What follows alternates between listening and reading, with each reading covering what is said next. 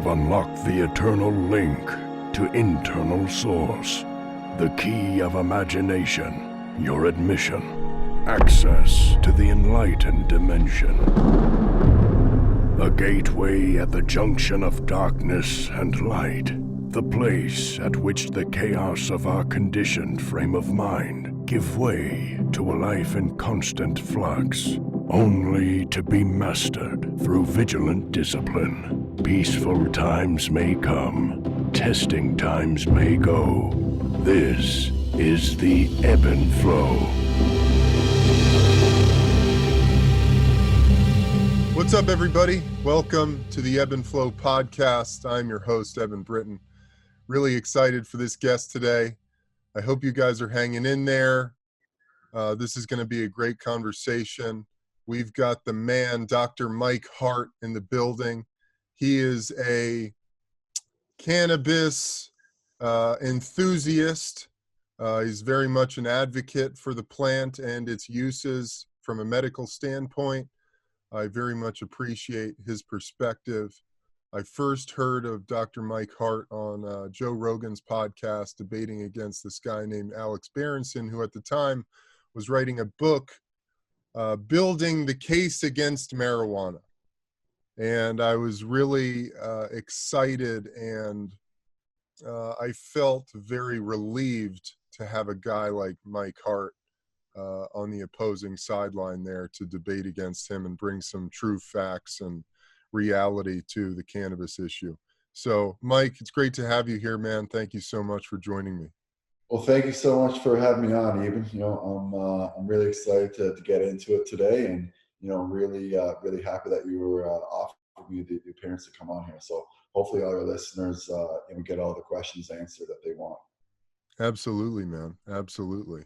So I would love for you to kick this thing off with your beliefs around cannabis, what you have seen through science, through study, through data analysis, how the cannabis plant can benefit everyone from, athletes to your average everyday Joe, and, what the medicinal properties that this plant that I have had so much healing benefits from can really bring to our global population.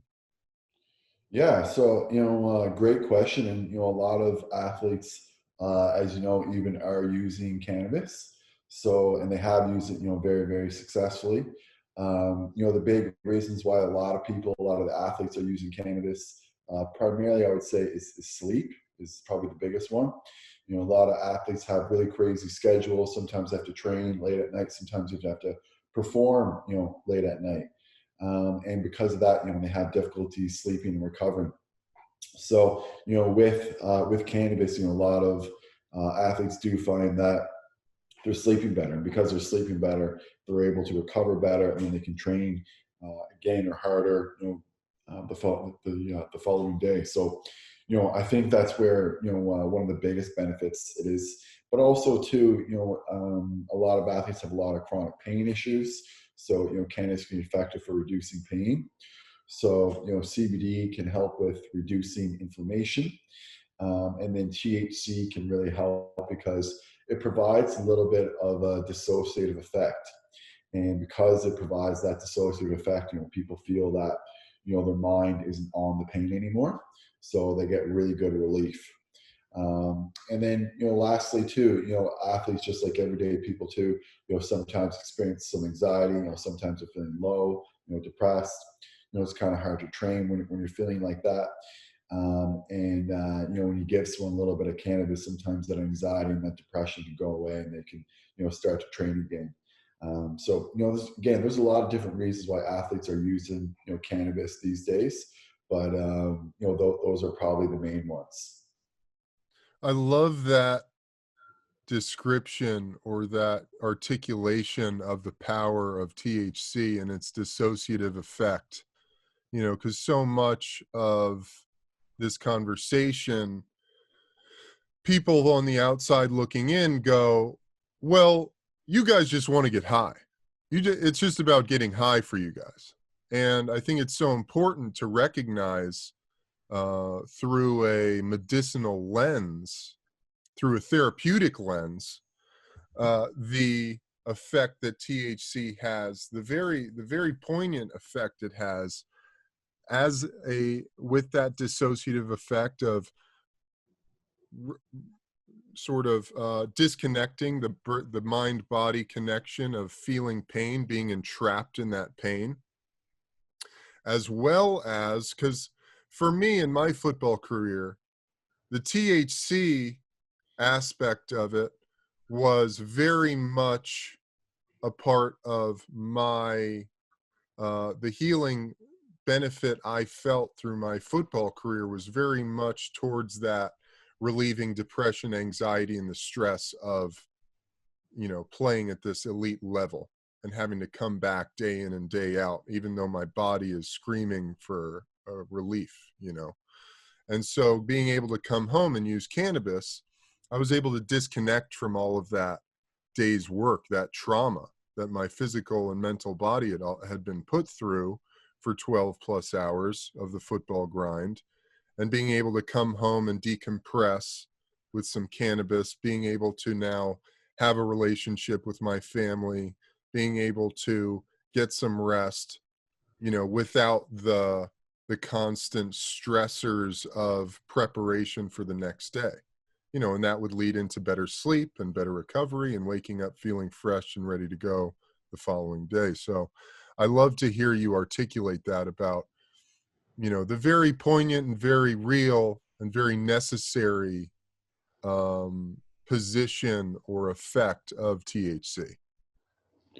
Well, I think, what you just kind of described and what we were discussing earlier, particularly with the sleep, but also too, you just kind of mentioned how it can affect your mental health positively.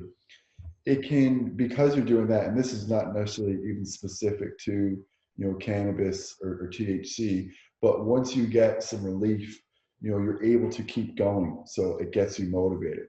So it's like Yes. when people say, like, complete the first task of the day or to make their bed, once they make their bed, they'll kind of make their coffee, get in the shower or whatever it is.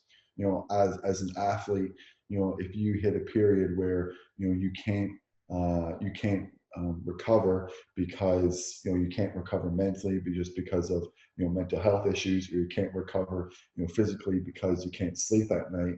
That's where, THC can specifically come into play and help those people. And once, sometimes you have that little bit of a lift, maybe you will need that lift again later, but maybe you won't. Maybe momentum will kind of just carry you through. And if momentum carries you through, that's great. And, if momentum doesn't and you still need another lift later, that's what the medicine is there for. I love that. I love that description. Because it's very real. It's very real, especially in my experience as a football player. It's a great way to put it, in that, if you can generate the momentum by diving full force into the work, head first into another training session, another recovery session, that this becomes your life once you become a professional athlete. Your life is from the time you wake up. For me, I was waking up at 5 o'clock in the morning. I went into the facility. I got some sort of recovery treatment, whether that was soft tissue work in a hot and a cold tub, or, got on the stim machine, which fires these electronic shocks into the muscle tissue to inspire recovery and help the muscle heal and,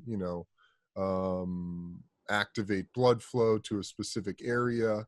And then you get in the hot and cold tub, do your stretching, etc. Then you're into hours and hours of meetings, watching film, breaking down plays, game planning for the week ahead, etc. Not to mention then by, mid-afternoon, you've got your 2 to 3 hour full padded practice, and then more meetings after that. So it becomes just a constant grind. and it can be really difficult. You hit a wall frequently. You know, guys talk about it in the NFL all the time. You know, for some guys it's happening earlier. For other guys it doesn't happen until later.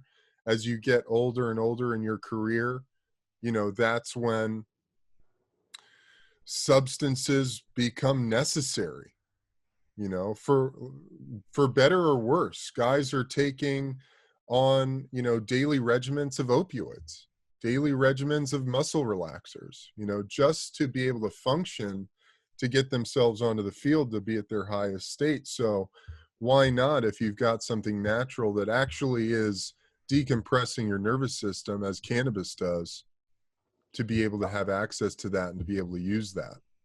I would say too that, you know, a lot of those guys, and this, you know, may be happening, you know, consciously or subconsciously, like sure, they're definitely using those medicines to help them heal and so they can play. But I think that they're also just using it because they just don't want to feel the way that they feel right now. Absolutely. You know, and that's why people use, you know, medicine in general. Like, why do you want to, you know, change your state? And that's something that I don't think a lot of people reflect on very much, you know. And like, yeah, like I'm drinking some coffee here now, just like you are. Yeah. And you know, I don't know if actually you're drinking coffee could be anything, but It you know, is. I'm doing that because, you know, I know the way caffeine makes me feel. I know that it makes my brain feel good. I know it gives me a little bit of energy, you know, and I know how much I'm having, so I'm not gonna, you know, crash later type of thing. So I think that, you know, when people are using any substance, you know, you should kind of, and it's very difficult to do this. You have to be a very, very mindful person. No one really does this consistently, but you should, you know, reflect on, you know, how your state is at the current time, and then, you know, reflect again and be self-aware of how, you know, your state has changed with regards to the substance that you just put into your body. And then, you know, the more you reflect on that, the better decisions you'll make. You know, you understand that, okay, yeah, I put that into my body, and, you know, it made me feel good for about 30 minutes, but then it made me feel like shit for about 6 hours. So, you know, I'm not going to do that again, you know. But, you know, people don't reflect on that. You know, they'll just sort of, you know, only remember the good 30 minutes, and then they'll take the substance again, you know. Right. So I think it's really important, you know, anytime you're doing anything, just to sort of like reflect on, you know, why you're doing it. Like if you're out at a party and, you know, you're drinking, you know, be careful of how many drinks you're having, and like understand like how, be self-aware of like how you're changing like with each drink, you know. And you know, you Yes. should really be and if you don't develop that skill, then you're never really going to be a person who knows, you know, what substance you may or may not need at a particular time. You're just kind of going to be like hoping and wishing because you just want to change your state from the way it is right now. Absolutely, man. That's so key. I've been hitting on this message in particular when it comes to food and nutrition. Um, you know, this is the state of the world. This is where we've found ourselves. You know, people are so in constant mental, psychological, overall chaos, and we've been conditioned into this state where we are constantly in disbelief that there could be a correlation, negative or positive, to, you know, what we're putting into our body and how those things are making us feel. You know, I can't tell you how many experiences I've had with regular doctors or nurses, etc., explaining to them how I feel as though I can't eat a certain thing because it makes me feel X, Y, and Z, or because this medication that I've been put on, it makes me feel X, Y, and Z, and being almost literally laughed out of a doctor's office because there's no possible way that this thing that you put in your body could possibly have this effect on your overall being. But the truth is, every single thing that we put into our body, it has an effect. And if we can become more mindful and more reflective on how these things affect us, be it food, be it substances, be it alcohol, whatever it is, we can actually begin to get somewhere, you know, and we can evolve as beings, as, you know, in our physical experience of the world. And I think that's so key. You know, how do we do that, man? How do we, when you're talking to your patients, are you talking about this type of practice, getting mindful about when you take a substance, whether it's maybe a THC CBD capsule or whatever it might be, whatever the thing is, you know, how do we get more mindful about what we're putting in our body and become intuitive healers? You know, I think it's so interesting that, you know, hey, God bless doctors and the miracle work that they can do, whether it's emergency surgery or etc. But the fact that, you know, we've gotten to this place where we, the average everyday American at least, believes that a doctor knows more about how to take care of them than they themselves do, who have spent a lifetime in this physical body. But I'm going to give over my health and my well-being to someone else. It's their responsibility to keep me healthy. It's not mine. So I think that's part of this weird conditioning that we've found ourselves in Western society. Yeah, I agree, and there's a few things on that. Like I would say that you know, you hear all the time that, you know, we don't have a healthcare system, we have a sick care system. Uh, And you know, the reason we may have that, and again, you know, I know that this may sound harsh, is it's not necessarily all of the doctor's fault. I oh think that yeah. actually much more on the patients than the doctors. I think that the reason why the healthcare system is the way it is now is because people are so dependent and needy, and they don't know how to take care of themselves at all, and they love blaming other people for their problems. And if they have health problems, they can easily just blame their doctor. But the reality is that the reason why the healthcare system is the way it is now is because patients and people do not take care of themselves. So, you know, instead of, you know, having conversations like the ones that we're having now, you know, most of the conversations that doctors are having are not like this. They're really more about, you know, people who are very sick, and they're very sick, not all the time, but most of the time, because of their own actions. It's not because of the doctor. It's because of their own actions. And even if a doctor did prescribe you a drug, you know, you're the one who went to the drugstore, who got it from the pharmacist, who got the pill, and who put the pill into your mouth every single day. So don't blame the doctor, right? Fair enough, man. Like you're the one taking all those actions. So, you know, don't say that, oh, my doctor put me on something. You're the one who said that, okay, I'm going to put my faith in this other doctor's or this person's hands. And then I'm going to go, you know, to the drugstore, and I'm going to take this pill every single day, right? Like that's all actions that the patient or the person had, right? So I think that more patients need to take care of themselves much better. And if more people took care of themselves better, then the healthcare system wouldn't be overloaded. You know, if 60% of people weren't overweight or obese, you know, we wouldn't have to make up all of these bariatric surgeries and all, you know, and all these different types of like drugs for weight loss. But like they're being created because patients are making themselves like that.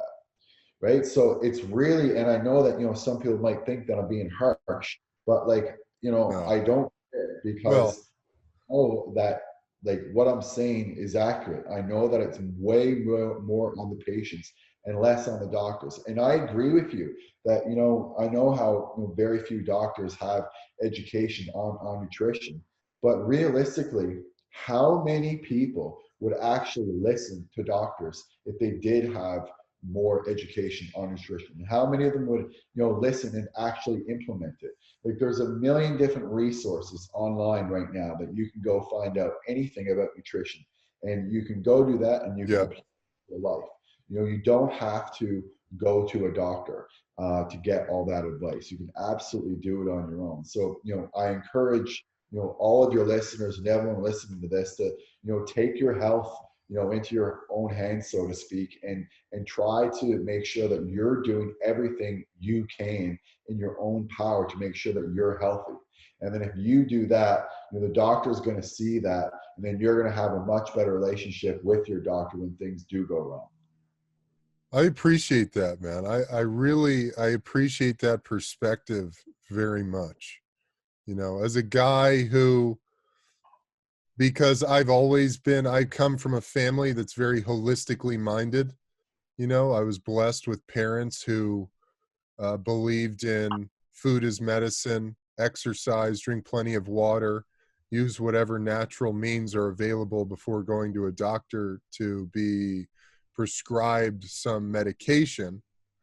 That was just how I was brought up and how I was, sort of my belief system since I was a kid. So my view can very much tend to be, it's the Western medical system's doing that we find ourselves in this place. And I appreciate you, because you're absolutely right. You're absolutely right. Patients, individuals, it is on us all, as individuals, everything is on us, at the end of the day, because there will always be merchants of death out there, as you can sort of call them, in any respect. People are, look at how most of our society is built on materialism and selling people a dream, a magic pill, etc., of how to make your life perfect and better. Meanwhile, we're forgetting the fact that it takes a lot of hard work and discipline to do anything in life, including keep yourself healthy and well. And the thing is with that too is, like, you say those words, hard work and discipline, and people like shy away. Yeah, people are like, what? Hard work?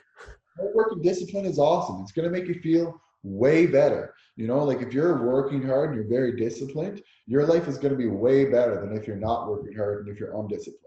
And people may say, oh, like, that's easy for so and so to say, or easy for you to say, but, like, not everyone, like, people, like, most people have the same issues. Like, I have 3 different jobs. Like, I have my own clinic, I work for Ritual, and then I also work for Predict Medics, but I still manage, like, to make time every single day and make sure that I take care of my body.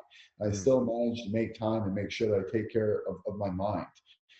Like, I make sure that I do my gratefulness journal every day. I make sure that I Love that. I stoicism, and then I flip back and forth between meditation, heart rate variability, headspace, whatever I'm kind of doing at the time.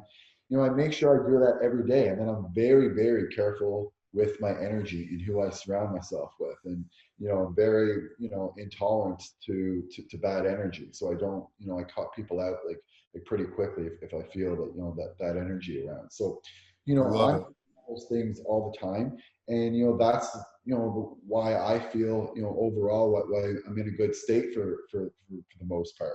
But, like, if you're not going to put in that energy and that effort, like, you're not going to get the results. And people are looking for, as you said, a quick fix or a pill, or they're afraid of discipline, they're afraid of hard work.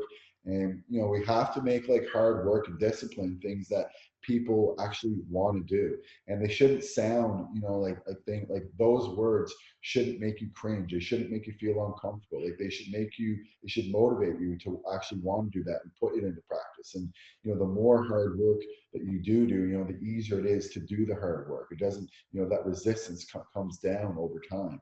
So that's sort of the message that I think that we should be preaching to people. Like, people are talking way, way, way too much about happiness these days, and a lot of a bunch of complete bullshit.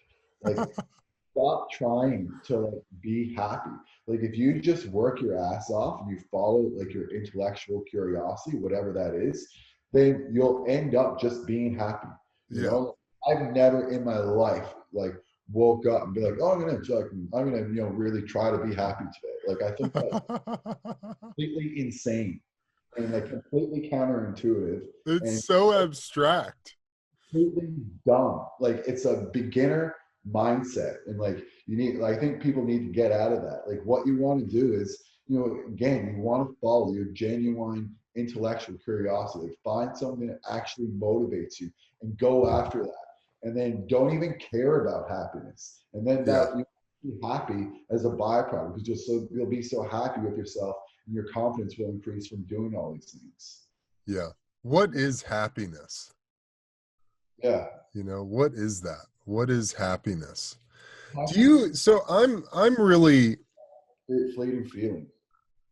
yeah, it's fleeting. Exactly. It's another emotion that comes and goes. You can't reach a state of happiness. You can reach a state of joy, and you cultivate inner joy by following your heart and putting a lot of hard work into expressing your truest nature as an individual, as this beautiful specimen of uniqueness that the universe fucking birthed out of your mother however many years ago. But Let's talk about that after, but go ahead. Sorry. no, but what is happiness? I think that, because I'm very much interested in getting to the origin. What is the seed of these mechanisms that we function under? And this idea of you should be comfortable all the time, you should be happy. Let's seek out comfort and happiness, and let's exude anything that hurts or that's hard. It's creating so much weakness and just a pathetic psychological state in humanity, like you're Yeah, saying. and it's harsh, but like that's the word, is pathetic. And Jordan Peterson, like, who again some people think is controversial, but I think he's Yeah. fantastic. He's talked about that, quite a bit as well. How like a lot of men in particular, aren't as strong as they should be, and and he also talks. Well, it's true. It's No strong. doubt. No doubt it's true. Too many people, like when I meet them, it's just like when you meet them, like, holy crap, your mom did way too much shit for you. You Yeah. know, like there's way too many people in the world like that, and people have had too much stuff done for them. It's way too easy, and then as they get older, they're still children. They're in their Yeah. 30s, in their 40s, and they're still so needy.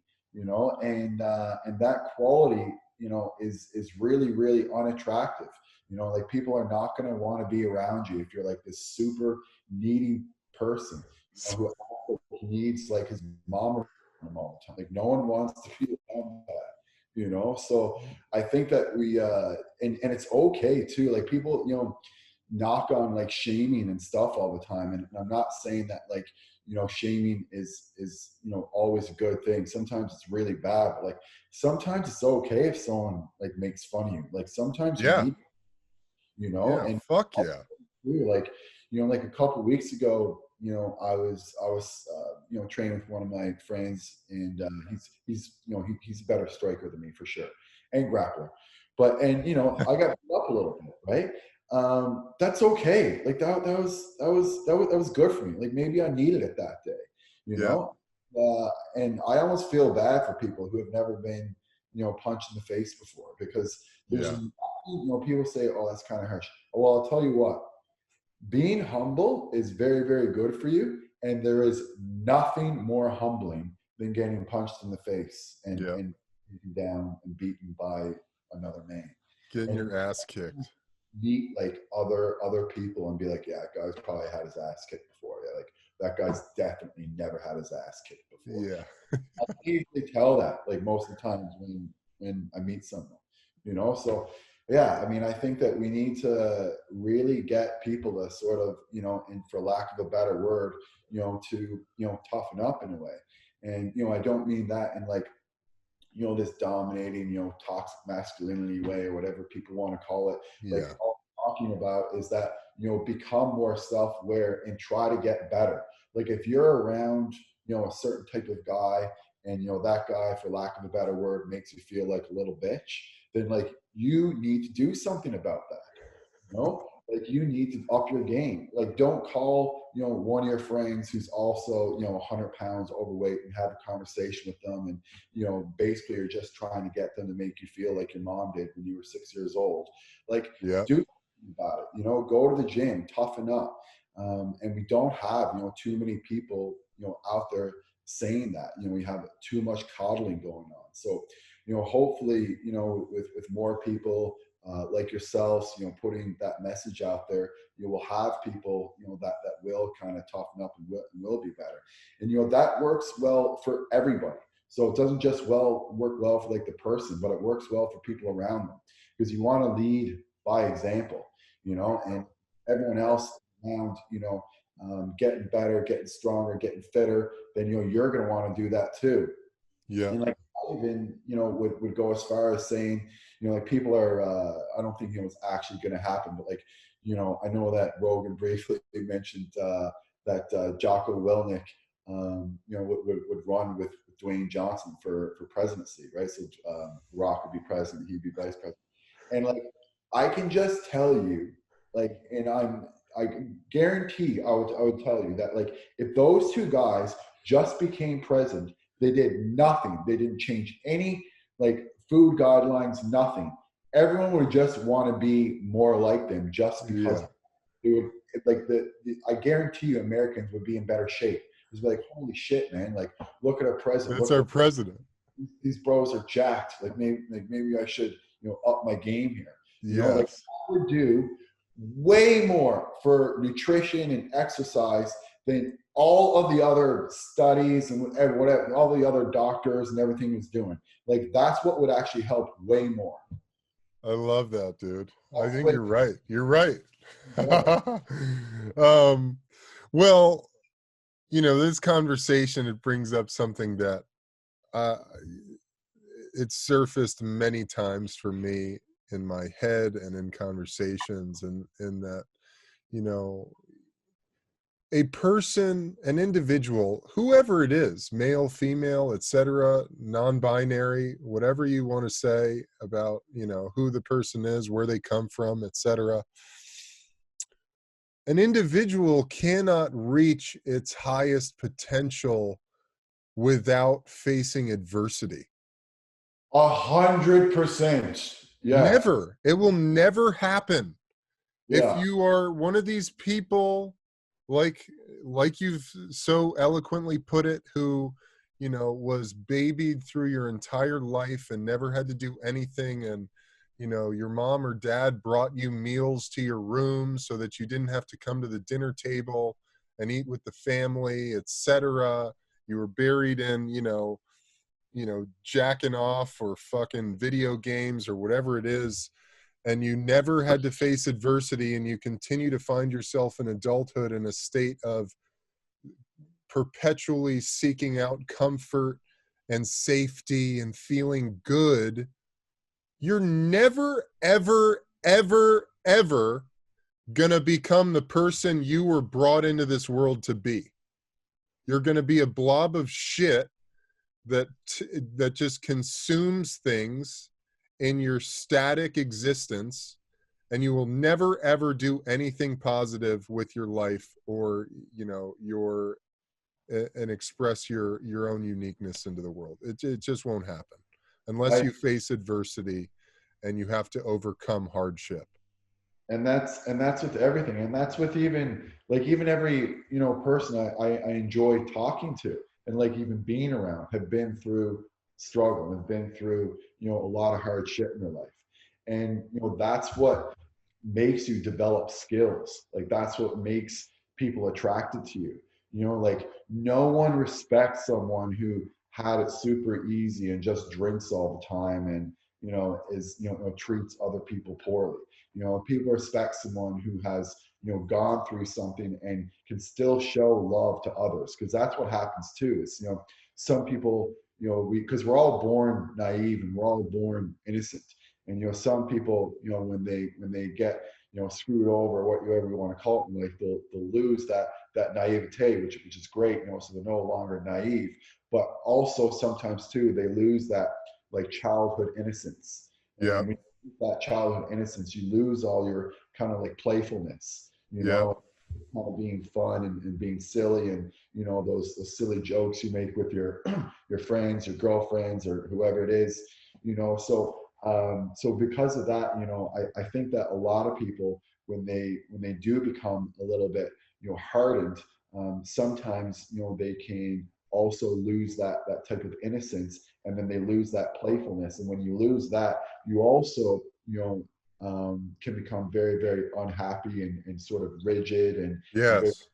towards others. So maybe you climbed the mountain of going from boy to a man, so to speak, but you also too lost that like boyhood innocence that you had, and that was something that made you very, very playful and attractive to other people. And also too when we're in our playful states, I feel those are like, that's when we do some deep, deep, deep healing. Like, I Yeah. don't necessarily have to be chatting with a therapist or like meditating to be doing any healing. Like, if you're in just a real good, beautiful state, we'll say like you're listening to music and you're cooking or something like that, and you're kind of dancing and singing and smiling, like those are really, really good states. And I think that those do just as much healing as when you're maybe talking to your therapist or talking to your friend or something like that. And people lose those states sometimes when they get hardened as they get older, and as they grow into an adult. And they think that by having this like childhood like innocence, it takes away from like their masculinity or like their toughness or something like that, when really it just makes them like a bitter and angry and resentful person that no one wants to really be around. you Yeah. know I think it's important that even though we're talking about toughening up and not being naive anymore and learning skills and meeting new people, you also want to make sure that at the same time you don't lose that like innocence that you had when you were a kid. Because if you lose that, you're going to lose a lot of happiness. When you lose happiness, you lose creativity. You still want to be kind of like loose and open, Absolutely. and you don't have to be naive to be like loose and open. You can absolutely not be naive, but still be a very loose, open person. Want to meet people, want to hug people, want to love people. And that's what I hope people understand, is that like, just because I'm asking people to sort of toughen up in a certain way and to take more responsibility, doesn't mean that I'm not still preaching self-love. And it doesn't still mean that I don't think that love is still the most important emotion that we can experience, and that it's not exceptionally important in our life. I feel that people who are open to others, they do feel self-love, and they do feel loved by others. So just because you're gonna lose your the naiveness that you may have had growing up, and you may be toughening up, that doesn't mean that you'll ever lose that sort of like self-love and playfulness. Absolutely. Great point, man. Great point. I've got a few things came up for me while you were saying that. Sure. One is, at the end of the day, life is meant to be enjoyed. Fucking right. Yes. But you're not, but that being said, you will never fully enjoy life or be in joy if you're sequestered in your little tiny box, trying to stay safe and comfortable your whole life. You're never Yeah. going to have the opportunity to fully enjoy this experience unless you're willing to take steps to explore the world, explore your being, and explore your experience in the world. Then the next point of that, I think, which is interesting because it came up for me in this, as you were talking, this idea of, we come into the world with this childhood innocence and a level of naivete, and that is, for many of us, obliterated at some point or another by whomever or whatever. And it brings me to this thing that, you know, we go through this educational process as we move through our childhood into young adolescence, into young adulthood. And then we have to actually have this experience of a de-education. We have to dissolve all of our understandings and sort of re-educate ourselves in a new way with the true realities of ourselves, our inner being, and the world around us. So the yogis, the fundamental yogic principle is always coming back to this truth that you don't really know anything. Can you be in a state of not knowing, of unknowingness? And I think that that's sort of the evolved level of naivete, the childhood state of naiveness. And you leave that state because you become, well, you experience a sense of there's a jadedness, there's a coming to terms with the realities of the world, sort of the harsh truths, the ugliness of this place that we come into, because there is always that, there is the darkness and the light at all times, you know, or else this wouldn't exist. But coming to a state of unknowingness and being willing to accept the fact that you may not know anything, if anything at all. And then finally, the last part of that was this idea, once again, of vigilance equals freedom, you know, and constantly, it's something that Jocko Willing talks about. You know, vigilance equals freedom. Vigilance and discipline equal freedom. You don't really set yourself free to fully experience this life until you develop that discipline and freedom, or discipline and vigilance of a practice in yourself, if that Yeah. makes sense. 100%. I mean, and there's so many, you know, different types of discipline. You know, if you have, you know, mental discipline to get up and meditate and, you know, write in your journal and to read, then, you know, you're gonna have a better mental state overall, and you're not gonna have to worry about, you know, anxieties, you know, as much as other people or things, you know, surfacing, because you know, you're gonna be putting yourself in a better mental state. And This then, you know, is this is the point that I thought you hit on, and I just remembered it. Self-love. What is self-love?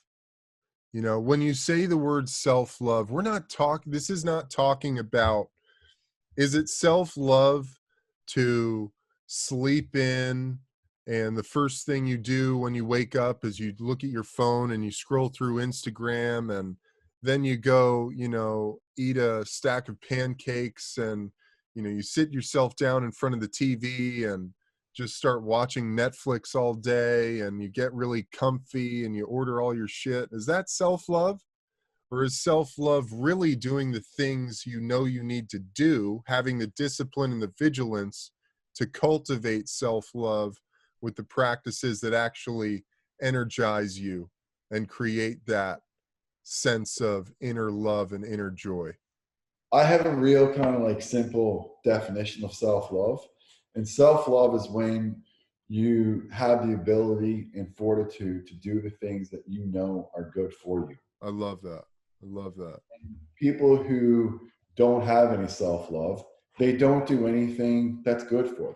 Yeah. So, you know, if I see someone, you know, on the street, and you know it looks like they're completely unkept, you know, and they're, you know, super overweight, I know that that person doesn't love themselves. Yeah. I know that that person's not willing to, you know, put in effort to themselves. And just think about how you love others. If you love someone else, what do?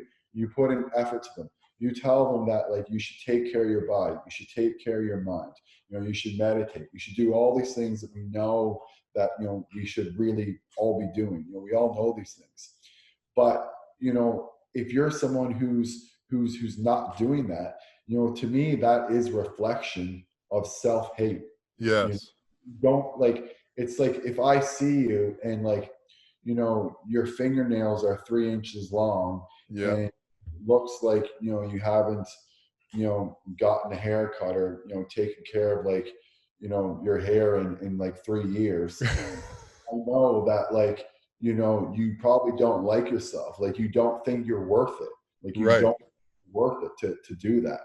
And, you know, if you don't think you're worth it, other people are going to notice that, right? Like, if you don't think you're worth it, how do you expect to meet someone, you know, either, you know, friendship or like romantic wise, like, you know, Absolutely. Or business wise. yeah, like basically at that point, you're just hoping the other person sees how desperate you are and that they're going to feel bad for you and that they're going to help you out. That's basically what you're doing in that state, right? But if you Totally. look like you actually put some effort into yourself, you take care of yourself, that energy is going to rub off on other people. And then other people, they're going to also want to take care of themselves. And then you start sharing ideas, you create a friendship, and then you guys make each other better, you know, and that's how, you know, friendships should evolve. You know, it shouldn't be, you know, someone enabling another person, right? So, Mm. you know, that's what I think, you know, we really should be, you know, focusing on and coming back again to like self-love. I mean, it's hard to talk about self-love without talking about like self-hate. And again, like, you know, if you're one, like if you talk to someone, say like, you know, David Goggins, Yeah. he may not be what you're familiar with. I guarantee you he'll say that when he was 300 pounds, he hated himself. Yeah. And you that he'll say, even though he's an intense dude, I bet you he'll say to you that he loves himself Yeah. because he's willing to get up and get after it every single day. And yeah, he might be crazy, and you know, people might think that, you know, it's you know, what he's doing is nuts, but you know what? It works for him. You Yeah. know, it works for him, and he's willing to do it, and he's inspired a bunch of other people. So like, more power to him, man. Like, I'll never hate on that guy. I think he's awesome. He's the man. Absolutely. Same Well, here. you know, it's the human species is a spectrum of individuals, isn't it? And so you've got, yeah, it's a very wide spectrum, and you've got all ends of the spectrum at all ends at all extreme levels. And David is really this particle of what you can do when you're willing to sacrifice your physical body and your sort of seeming self-protective mechanisms. And when you can push yourself beyond that, you know, and no matter what, if it's 120 degrees outside, one of my favorite posts, I think it was from maybe last summer or something. And he's like, he was running and he said, it's 120 degrees out here. Mother Nature's an angry motherfucker. But you know what? So am I. So I'm here. I thought it was brilliant, dude. You know? And Yeah. it's true, man, because at the end of the day, the darkness, the idea of momentum and generating momentum and energy. You have to generate energy.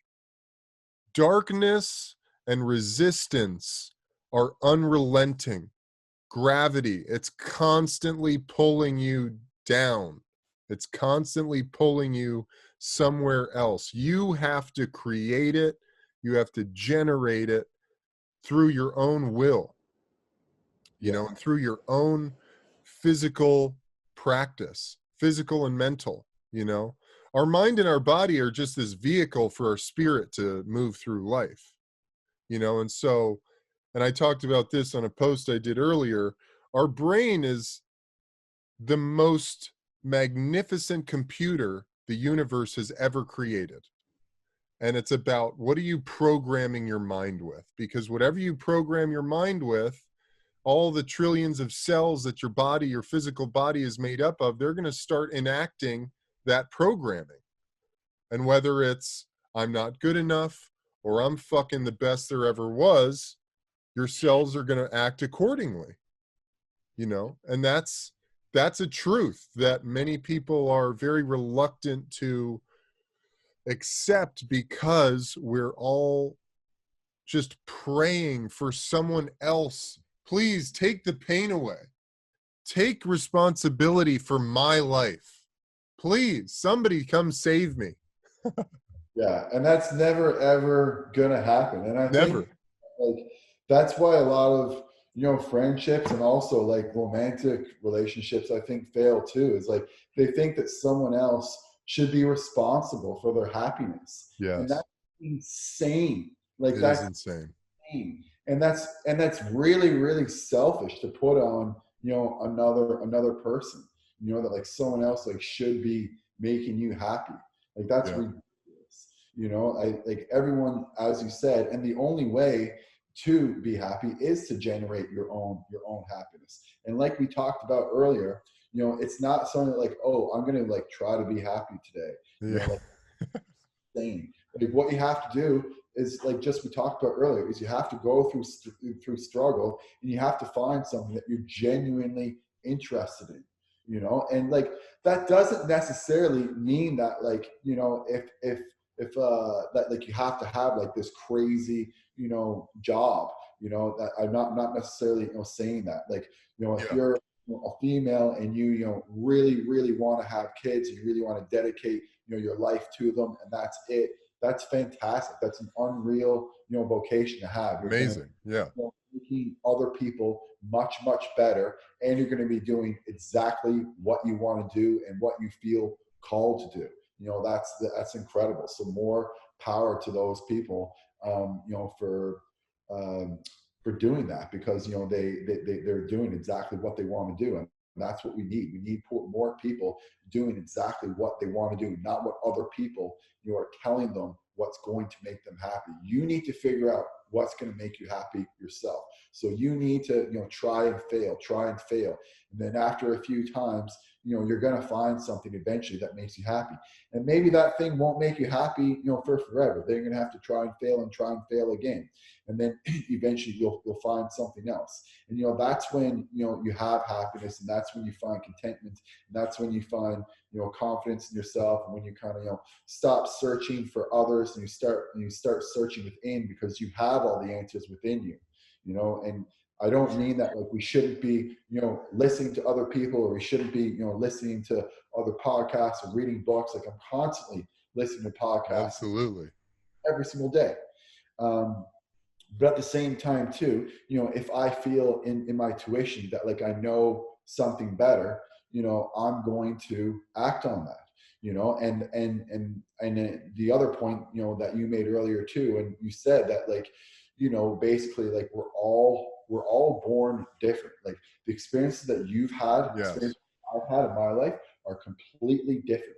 So, the brain waves and everything that's going on in your head, the brain waves that are going on in my head, the experiences that I had, only Mike Hart has had those experiences. Experiences that Eben had, only Eben has had those experiences. So you're going to come up with certain thoughts that other people are just not going to come up with. And I think that we should be more forthcoming, with those thoughts. We need more authenticity in the world. We need less people copying each other, and more people express themselves and their own thoughts. And it's not one of these corny things where it's like there's no one else like you in the world. It's like, no, like there really is no one else. Right. There's all of your experience. It's true. World. So you probably do have something to contribute that no one else can contribute it. So don't be afraid and just start doing it. Love that, man. Yeah, I wanted to bring you back. I wanted to bring us back to that, so you could say what you wanted to say about on that point. Man, it's just I'm reading a couple of incredible books right now that are so on point as far as what humanity is going through right now. One of them is a book called Power versus Force by David Hawkins. Have you read that? No, it's funny. I have a friend, David Hawkins. I'll definitely get into that book. That sounds interesting. Power versus Force. It's mind-blowing. It's maybe my favorite book I've ever read. Really? Power versus Force by Dr. David Hawkins. Okay. And this book is all about how he's taken kinesiological testing. So testing the strength and weakness of musculature through a simple arm raised test where you push the arm down in correlation to negative and positive stimuli, whether that be spiritual or conceptual, and he's mapped out human consciousness based on this testing, and he's done millions of tests on millions of people, and it's remarkable, this book. I highly recommend it. No, I'm not quite finished with it, but the other book is this book called Right Use of Will. Have you heard of this? no, but I'm interested in this one too. So Right Use of Will, I borrowed it from my brother. I don't know where the fuck this thing came from. It materialized from somewhere in the cosmos. There's not even really an author. It is a channeled text, and it's all about how humanity is in an absolute spiritual crisis because of judgment and denial, and how judgment and denial have deeply abused and negatively affected our free will as individuals, Yeah, and how free will and a human's will is the gravitational force by which spirit enacts its destiny in the physical realm. And so through judgment and denial, we've just gotten so far out of whack where, you know, our will is completely confused. No one knows which way to turn because we've been sort of conditioned, especially in America, under this, idea of an American dream. You go to high school, you get your high school diploma, then you go to college, you find some form of study. You're supposed to find a job that pays well, and then you find success, and then you settle down with a family and you have kids and the white picket fence, etc. And then you're successful. That's life. There it is. But this is just totally failing people, um, because we're all thinking or expressing our lives through the filter of what other people have told us is right and wrong. well, there's all the things you mentioned, like you didn't really mention, like, spiritual growth, or like reflection, or self-awareness, or self-improvement, or self-development. It's Yep. all based upon, like, achievement. And don't get me wrong, when you achieve certain things, you can definitely feel way better about yourself immediately, and sometimes even in the long term. But at the same time, like, achievement is not everything, and Yep. achievement is mostly only fleeting. Yep. You know, like, it's like, yeah, so you can have certain achievements and reflect on them, and sometimes they'll make you feel good, but mostly it's only fleeting. So I think that, like, a lot of people think that their happiness is going to be when I achieve this, Yep. achieve this, then I'll be happy. And that's pretty much the most dangerous thing you can almost say to yourself, is I'll be happy when. Yep. You have to figure out how to be happy now with what you have now. And if you can do that, then when you do achieve, you're going to appreciate it, a lot more, because instead of, expecting the achievement or expecting it to happen, you're actually going to, not expect it, and experience joy when it happens. So, it's almost like a surprise to you. And, I absolutely love, Michael Jordan. I did, like, my whole life. I don't know how many, jerseys I have of him, growing up and stuff. But, like, one point that, and I think actually, because I saw it on your Instagram, I think you read Stillness is the Key too, by Ryan Yep. Holiday. Love Right? that. So he mentioned, Ryan's one of my favorite authors. So he Yeah. mentioned that book. He compared, Tom Brady to Jordan. I know Brady had his losses and all that, so it's not the exact same, comparison to Jordan. But, it's kind of like the best of what we have, I guess you could say, in some ways. So, but it seems like the point he was making is that, like, it seems like Brady didn't really expect to win every single Super Bowl. Like he definitely wanted to win, super competitive guy, and he won 6 out of 9. You know, Yeah. the best quarterback ever. He's amazing. But I don't think he even though he, anticipated, winning or wanted to win, whatever you want to call it, I don't think it was like fully 100 expected where that like to win. So that when he won, he was like actually happy. He was like, holy shit, like I can't believe I won the Super Bowl, or I can't Yeah. believe I won the Super Bowl again. Yeah. Whereas like when Jordan won it, it was just like if he didn't win it, like he just would have felt like a complete failure and a Yeah. loser. So like when he won it, I don't know if he experienced, and you can talk about this in the documentary, if he experienced kind of like joy or more like relief. And if for him it was just more like relief. Yeah. You know? No, yeah. Yeah. Michael, there's so many lessons in Michael Jordan's story, and Tom. I loved The Last Dance. Oh, same here. It reminded me, because during his time, for the most part, I was a kid in New York City. I was living in Brooklyn. I was born in New York City, and I lived in Brooklyn until I was about 10. And throughout that time, he had that intense rivalry with the Knicks. But I always remember I was such a massive Michael Jordan fan, and watching The Last Dance reminded me of how much of my own sort of warrior spirit, especially when it comes to athletics and sports, came from watching Michael and how he expressed himself, because he was really the purest embodiment of basketball, of athleticism in that sport.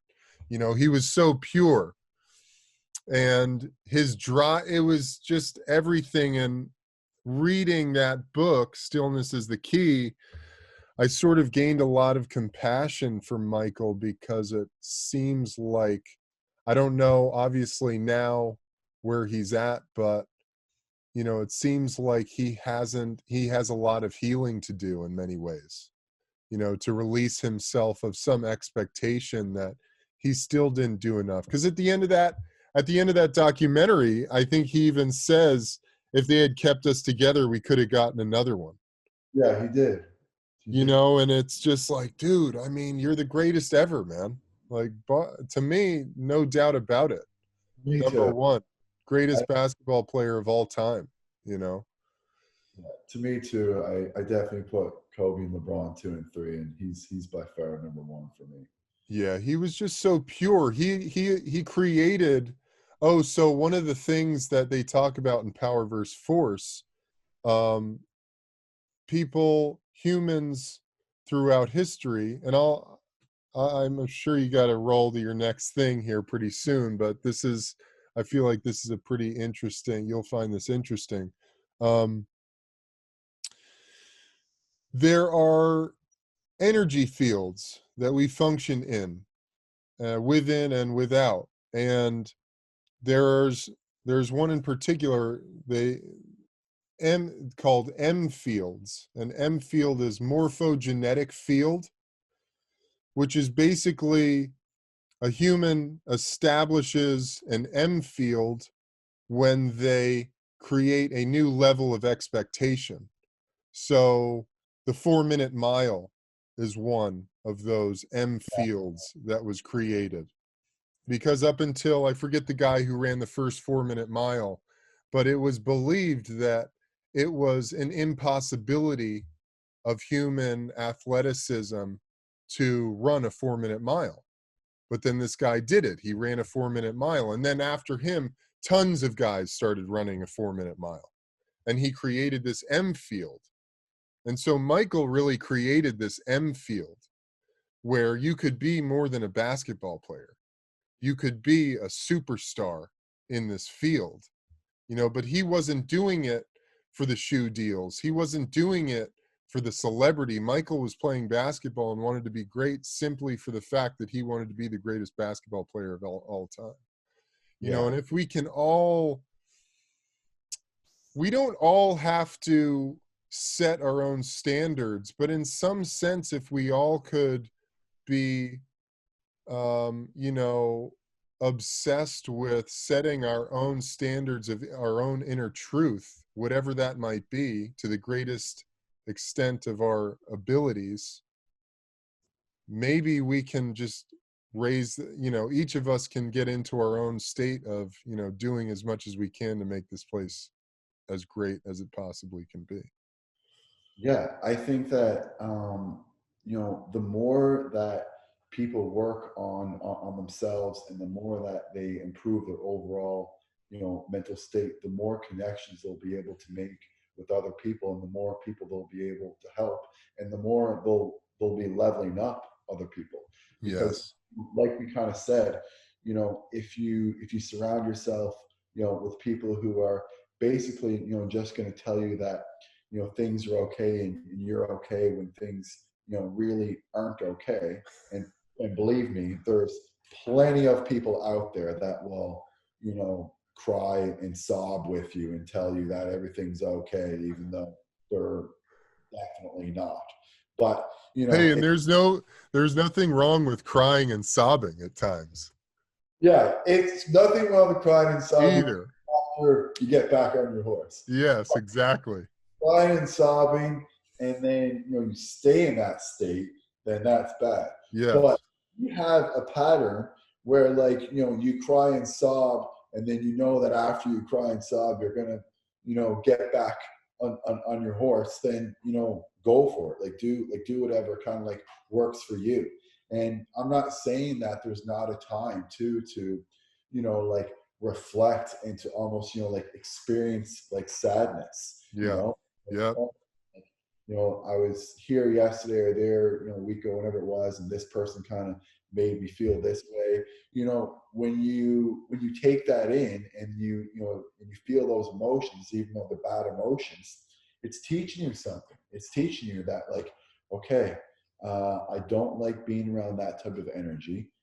Maybe I don't like being around that type of person. Like, maybe it's just this specific person, a specific situation, but maybe it's that person. I shouldn't be around that person at all, or maybe I should only be around that person in specific situations, or maybe I should avoid this type of person like completely, or maybe I should develop some certain skills, some internal social skills, some mental skills, so that if this happens again, I'm not going to be thrown off mentally. My afternoon's not going to be ruined, and I'm not going to be thinking about it.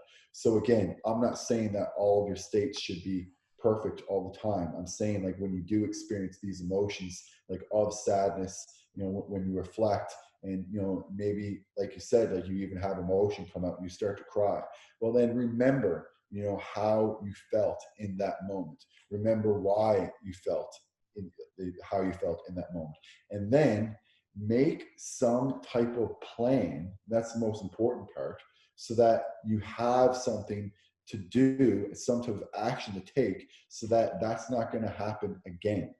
And the action should never be to just tell someone that you're sad, and just to get them to comfort you while you're sad. It's great that someone will comfort you while you're sad, but that's only going to help you in that moment. It's not Yeah. going to get to the deep rooted issue that's going on. I love it, man.